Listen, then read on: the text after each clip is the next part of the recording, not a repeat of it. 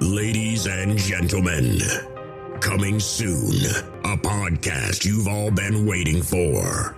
The Movie Podcast to end all movie podcasts. A podcast that discusses and critiques the best of the best and the worst of the worst movies playing at a theater near you.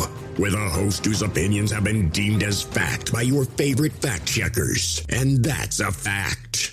Without further ado, let me introduce you to the movie maestro, the tyrant of theater, the gumshoe of review, the man that makes theater employees and Hollywood execs shiver by his mere presence. Ladies and gentlemen, the judge, the jury, the sultan of cinema, Justin Henson!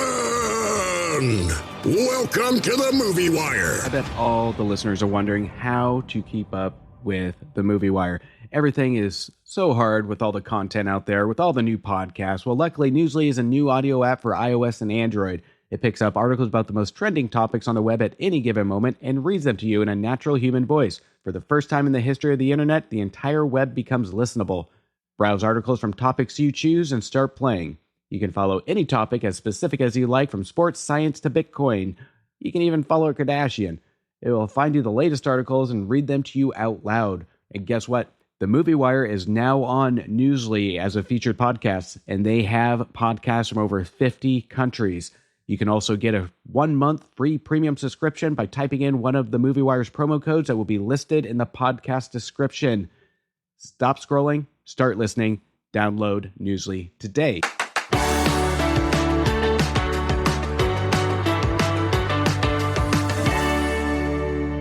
Welcome to this edition of the Movie Wire. I'm your host, Justin Henson, and welcome to the show. This week we have an incredible lineup of movies for you to review. First up, Nicolas Cage is back in the unbearable weight of massive talent. We've all missed that man. Next, we will be reviewing We're All Going to the World's Fair. The movie includes No Fair Whatsoever. And lastly, the Sundance Film Festival hit Hatching. Little girl raises a big monster chicken out of an egg. Ready to hear my verdict? Let's get into it.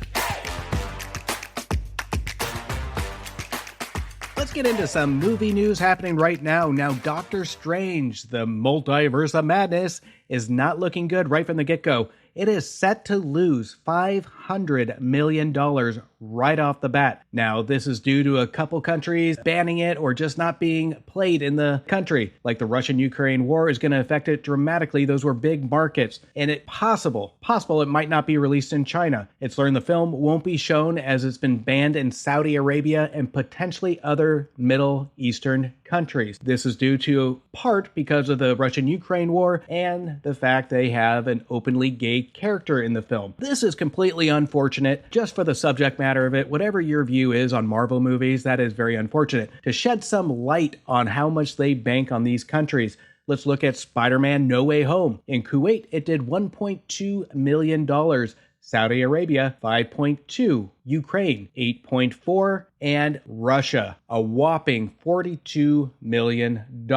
And that is not counting China if they end up showing it or not. Doctor Strange isn't looking good from the get-go. I'll be curious to see how it pulls out. I still think this is going to be a box office smash. I don't think it's going to overtake Spider-Man No Way Home unless they have better twists and turns than the Spider-Man film. I'll be attending an early screening of Doctor Strange and Multiverse of Madness, and it will be on the show next week, so make sure you check out my review on that. Film festival season is in full swing. I know here in Seattle, we just got done with the Seattle International Film Festival, which was absolutely incredible. They had some amazing rising talent. They had some great films. They had some great people. And I can't wait to see what some of those films do. Coming up is the Cannes Film Festival on May 18th. And no shocker, they have an even better lineup. Not only do they have a huge classic movie showing, but they are showing one of my favorite documentaries from last year. It's the Val Kilmer documentary entitled Val by Leo Scott. This one got snubbed at the Oscars. I wish this one would have gotten more attention than what it was. Hopefully Cannes will give it some attention that it deserves. What I found interesting about this film is how much raw footage Val Kilmer had to show in this film. I'm not going to get into the details of it. It's going to be on the show next week for my review and my thoughts. So we'll save that for the next show. I hope this movie does fantastic. I hope it gets more attention than what it has. If you haven't watched Val yet, it's available on select streaming platforms. Check it out. Justin Henson Movie Reviews. You need people like me. The Movie Watch. So, you want to join the internet's scariest online horror game. We can't be held responsible for what you become. All you have to do to get started is take the challenge. I don't know what to expect. I want to go to the World's Fair. I want to go to the World's Fair. I want to go to the World's Fair.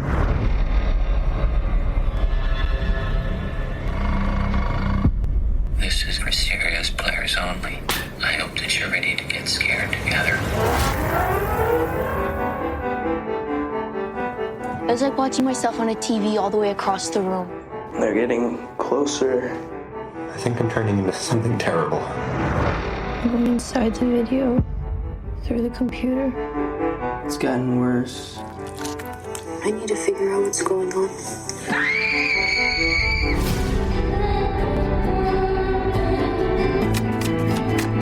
I can feel the forces of the fair pulling you in closer.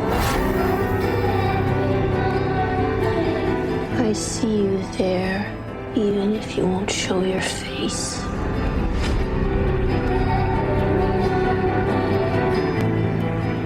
I swear, someday soon, I am just gonna disappear. And you won't have any idea what happened to me. And here we have another hot film at multiple film festivals. It is now available to own on most streaming platforms. We're All Going to the World's Fair has been nominated for 11 different awards across film festivals. Now, this is a movie I had to watch multiple times to actually grasp exactly what I was watching and what the theme was. Now, instead of reading my synopsis on it, I'm going to read the Sundance Film Festival synopsis on it. Late on a cold night somewhere in the U.S., teenage Casey, played by Anna Cobb, sits alone in her attic bedroom, scrolling the internet under the glow-in-the-dark stars and black light posters that blanket the ceiling. She has finally decided to take the World's Fair Challenge, an online role-playing horror game, and embrace the uncertainty of its promises. After the initiation, she documents the changes that may or may not be happening to her, adding her experiences to the shuffle of online clips available for the world to see. As she begins to lose herself between dream and reality, a mysterious figure reaches out, claiming to see something special in her uploads. The movie was written and directed by Jane Schoenbryn, who is known for some abstract, thought-provoking independent work. Now, this film is no different from her previous pieces of work. This film is marketed as more of a horror film, and I have to say, I 110% disagree with the marketing strategy of this. This is not a horror film, in my opinion. There is one scene in the movie that did make my skin crawl, but this is a very deep, thought-provoking, character-driven drama about the coming-of-age teenager in a less-than-perfect household that is trying to be relevant in a world of social media and isolation. The highlight of this film is Anna Cobb. She is absolutely electric, but at the same time subtle in her acting abilities here. She keeps the audience engaged in her world like watching a YouTube video. It's only as good as the person you're watching. The filmmakers do a great job utilizing this skill. There are times in the film where Schoenbryn uses pauses to gain tension, but those tensions go on for far too long and actually lead to nothing. Now, I can tell the intentions of what the filmmakers were going for, and the messaging, and how they wanted to have a slow burn leading up to a great climatic twist. But that doesn't happen here. What could have helped this film, in addition, is the use of better music to help support the characters, especially during the long thematic pauses. The film gets an A for effort and style, but a D for building tension and pacing. This movie would have been much better as a character study if it was redone as a coming-of-age drama about Casey and social media. And with Jane Schoenbryn talent, that would have made a much better film. This film, if watched once, will make you think and maybe Google what the hell did I just watch, or you'll just brush it off like a waste of time. The film has so much potential, but the filmmakers didn't take a risk on how far they can go to get their point across. I can, again, get the style and the very talented direction, but it doesn't fly like I think they intended. This movie is getting 2 stars.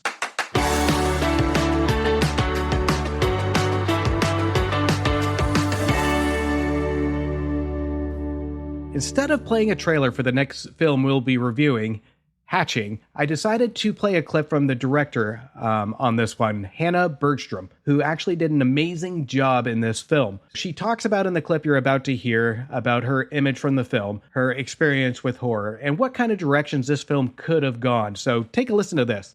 I've always been afraid of horror films because I have so strong imagination that every time I watch a horror film, these monsters kind of move into my wardrobe, especially when I was a child.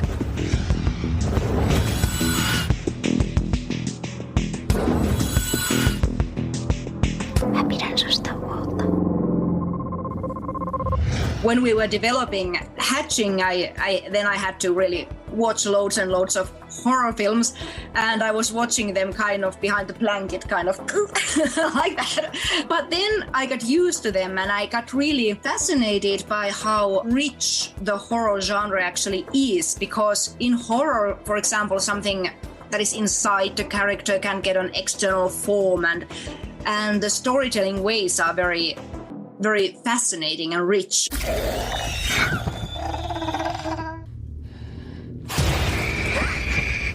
During this whole process, for example, some of the latest films that I really appreciated was, for example, Raw and Babadook and Let the Right One In, the Swedish film, and which is a very wonderful film.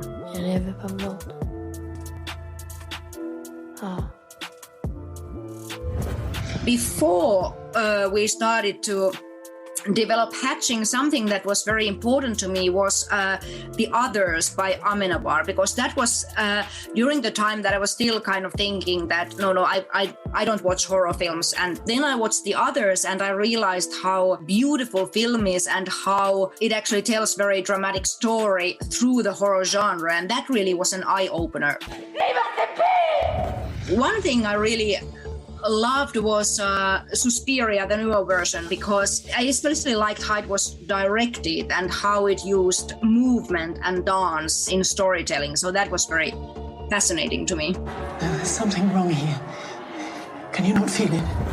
We didn't think that, first of all, we want to make a horror film. We thought that we want to tell this story of a girl who feels that she's never quite enough for her mother. Ja uudestaan, ja uudestaan, ja uudestaan.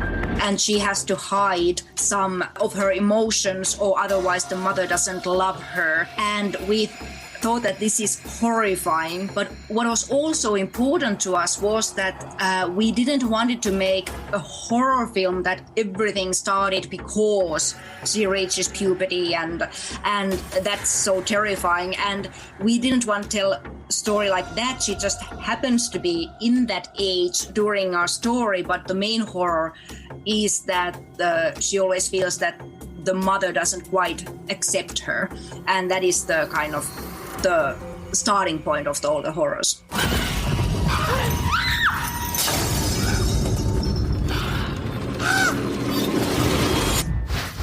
This hit from the Sundance Film Festival is now available to rent on most major streaming platforms. This new horror movie from Finland is the newest breed of elevated horror that will most likely have mixed reviews. This is the type of movie you will love or hate, but in the long term, will find it more of a cult classic. The movie stars and introduces newcomer Siri Solalina, who plays Tinja, a young gymnast who tries desperately to please her social media obsessed mother, played by Sofia Hikila, who's obsessed with her image and how society views her. Tinja discovers a strange small egg in the woods and decides to hide it and mother it, but when it hatches, Tinja gets more than what she expected. The movie is directed by Hannah Berryholm, who has a very good eye in a character-driven horror film. The movie stays away from using a lot of jump scares and a lot of jump out and say boo scares, and very intelligently uses the characters' actions and reactions to get an effect on the audience. The movie starts with the filmmakers building pressure and tension from the family to tense up the tone. This is not a happy family, and they don't pretend to be, except for the mother, who again is obsessed with image. The pacing of the film is very fluent, except for the beginning of the third act where the family has a situation change, and I'm not going to give anything away, but it feels like there was a scene that was cut out and it felt very out of place and rushed. In the third act, we are introduced to a new father figure character to Tinja that is enough to confuse the audience in how we feel about Tinja's father. That was the filmmaker should have spent some extra time on developing the father figure. I feel the father played by Jani Volanen was just placed as a conflict character but with no motivation on why he was there, except for a twist towards a conflict in the third act. They should have spent some extra time with the father so audiences have more of an emotional commitment to him, or find out why we shouldn't have an emotional commitment to him. He's just kind of there with not a lot of speaking lines, and he's kind of an awkward figure in the film, which it seems that it should have been a lot more so we can understand the family dynamic. This doesn't slow down the movie, though. When the creature hatches, the special effects department did a great job going between B-movie special effects to really effective visuals. They kind of meet in the middle. It fits the tone of the movie very nicely, and it's believable to watch on screen. And the creature is pretty grotesque, to the point where you are uncomfortable watching it interact with Tinja, and how Tinja responds to treating it like her own child. But you can tell there is a bond between the two, and when they're on screen, you can tell that there is a bond growing. We grow with them, and it feels less uncomfortable on how they interact, but what's going to happen next? The interesting thing I found about this movie is as the uncomfortable feeling of Tinja and the creature diminishes, the uncomfortable relationship of Tinja and her mother grow. This movie has a lot of material to grow tension. If it's not the creature, it's the family. The film's theme of a child's pressure to please a parent crescendos in the film. We generally feel for Tinja. As the pressure grows within the family, the creature acts as a subconscious for Tinja and grows with her emotion. The film steers away from being a gruesome, other than the look of the creature, gore fest. Director Berryholm is intelligent to know that this isn't needed in the film, because the creature represents the ugliness of perception of image. Any other gore in this film would have ruined the message and the theme. This is a brilliant entry and an original fable horror story that will stay with you well after you watch it for those that like these type of horror movies. Those that want to jump out and say boo or a gore fest, this movie isn't for you. The movie is a slow burn that keeps you engaged with the strong performances and smart writing, not just the special effects of the creature. The film was a breath of fresh air that made me even question the eggs I have in my fridge and my parenting at the same time. This was a must-see. I'm giving it a solid 3 stars.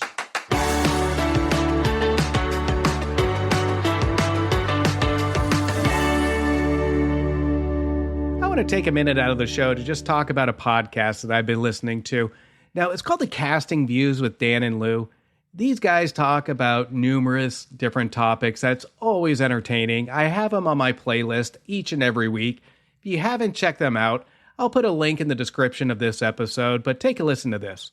I'm Dan. I'm Lou, and together we are Casting Views. An uncle and nephew chatting on random topics, some heavy, some fun, but we aim to amuse. Don't miss out, don't delay. Subscribe to Casting Views today. You can find us on Apple Podcasts, Spotify, Anchor, and Good Pods. Nick, you've been living at the Sunset Tower for over a year. They love having me there. You owe them $600,000. Okay, I'm gonna deal with all that, but I'm gonna get this next role. And when I do, all of that changes. Then I'm back. Not that you went anywhere. Nicolas Cage, oh my God, I love you. Okay, thanks. He was so good in The Rock. What about Gone in 60 Seconds? Have you seen Croods 2? No, I'm 44 years old. Why the fuck would I see Croods 2? I've seen Face Off and Con Air. We got another offer. What's it about? You head to southern Spain and you attend a wealthy gentleman's birthday party. I would never do that. It's $1 million, Nick. I'll take it. The guy that owns this house, what's his name? Javi. Look, if Javi wants me to fuck his wife or watch me watch him fuck his wife, that's a no-go. You understand? That's no bueno. I am Javi.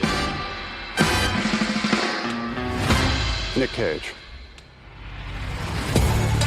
Nicolas Cage?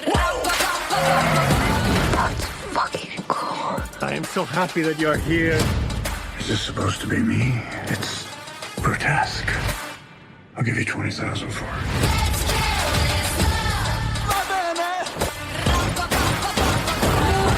What have you got there? Divine inspiration. I'm paranoid. Let's just get up on the count of 3 and run. They're coming! Grab my hand. You're heavier than you look. I have a very big head. You go! I'll never forget you, Habs.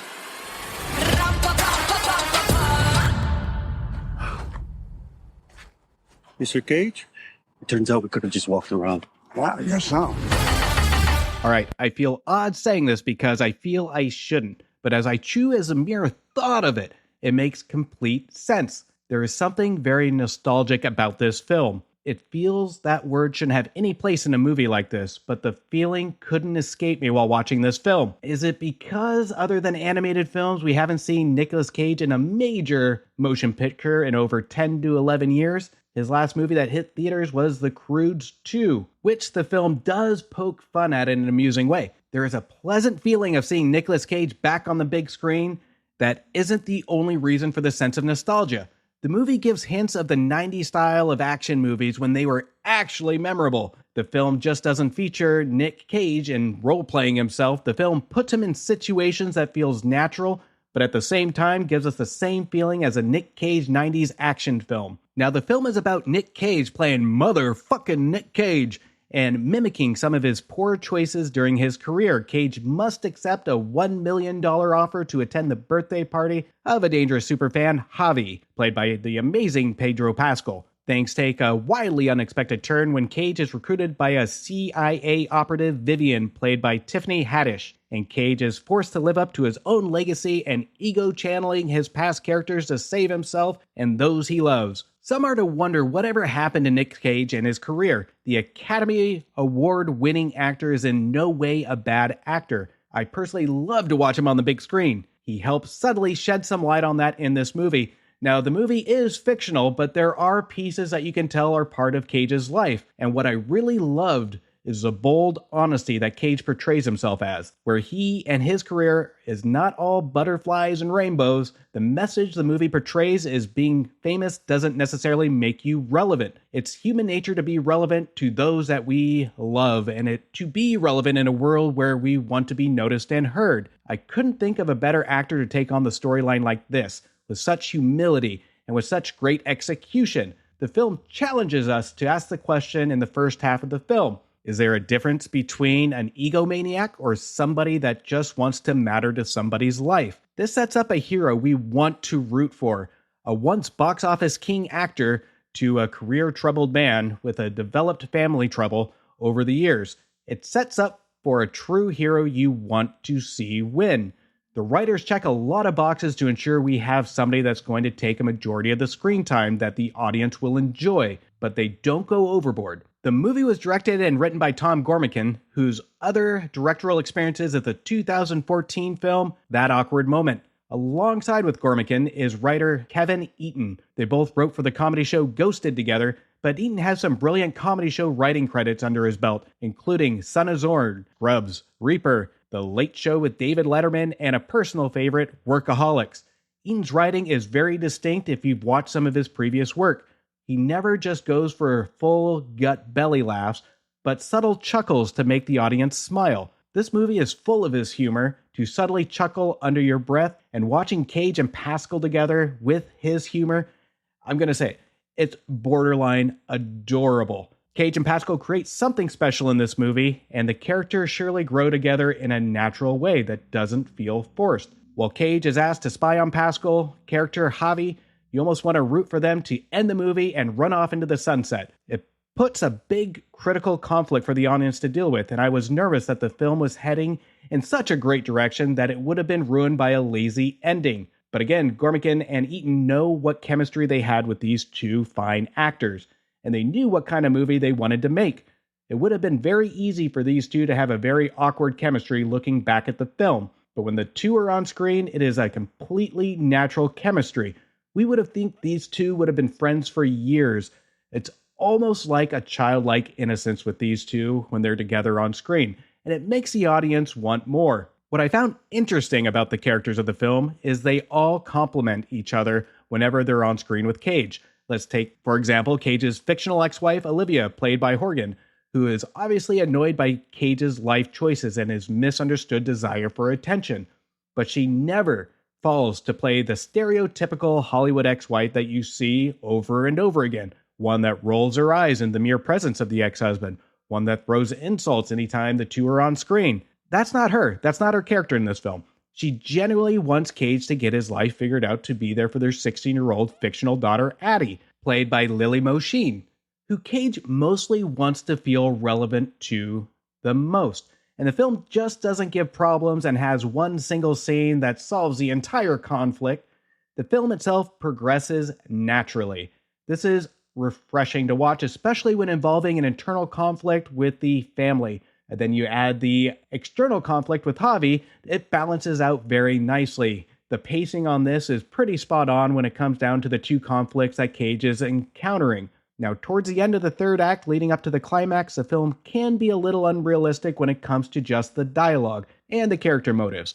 But what I liked about the action is that it doesn't follow the same action formula, where you have this unfit, older character that suddenly becomes this pumped-up action star. He doesn't do that. He stays Nick Cage, and the action isn't over the top. It's just enough to keep the audience engaged without rolling their eyes. This movie took me by surprise, even though I love the premise of the film. I thought it looked kind of ridiculous, but the movie is good. The movie hits the mark for me on so many levels. The writing is smart, the characters are naturally likable, the chemistry between all the characters is absolutely entertaining, and I generally hope that this is the movie that will bring Nick Cage back to the big screen. And, I'm going to call it now. Nick Cage will be this generation's Chuck Norris. Nick Cage doesn't wear a watch, he simply decides what time it is. Nick Cage can get a woman pregnant by pointing at her and saying, "Booyah!" Nick Cage doesn't turn the shower on, he just stares at it until it starts to cry. This film is playing exclusively in theaters, check it out. And everybody welcome back Nicolas fucking Cage. Unbearable Weight of a Massive Talent gets 3.5 stars.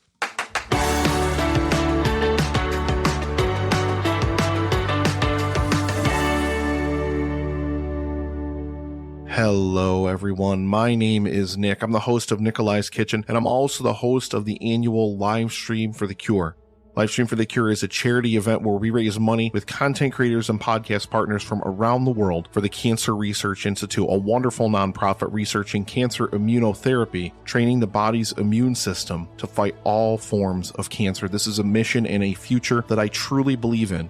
And myself and my team worked tirelessly over the past 5 years to raise over $50,000 for this cause. This year, we're aiming for our biggest single goal to date of $20,000, and we cannot do it without your help.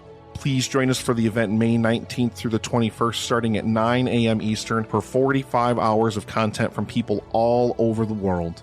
Together, we can bring hope for a future immune to cancer.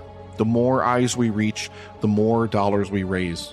Please help us in making this goal a reality. Together, we can make a difference. That's Live Stream for the Cure starting May 19th at 9 a.m. and it goes through the 21st. The goal is $20,000, like Nikolai said. Let's see what we can do to support. I want to thank each and every one of you for tuning in to this week's edition of The Movie Wire. Next week, we will be back with Doctor Strange and the Multiverse of Madness. Don't forget to hit follow and leave us a review on Apple Podcasts and Spotify. You can also check out my reviews and cool movie news and trailers on themoviewire.com. And lastly, please stay till the end of the credits, not just to see more of the movie, but to show respect for all the creators and filmmakers that put their blood, sweat, and tears into making a feature film. Until next week, support your local movie theaters, and we will see you at the movies. A verdict has been made on this episode of The Movie Wire by your host, Justin Henson. He thanks you for listening to the show. You can follow Justin on Instagram and Twitter at MovieWireShow or visit his website, www.themoviewire.com. Oh, and don't forget to leave a review on Apple Podcasts and Spotify. I'm sure he'd love to hear from you. Until next time, we will see you at the movies.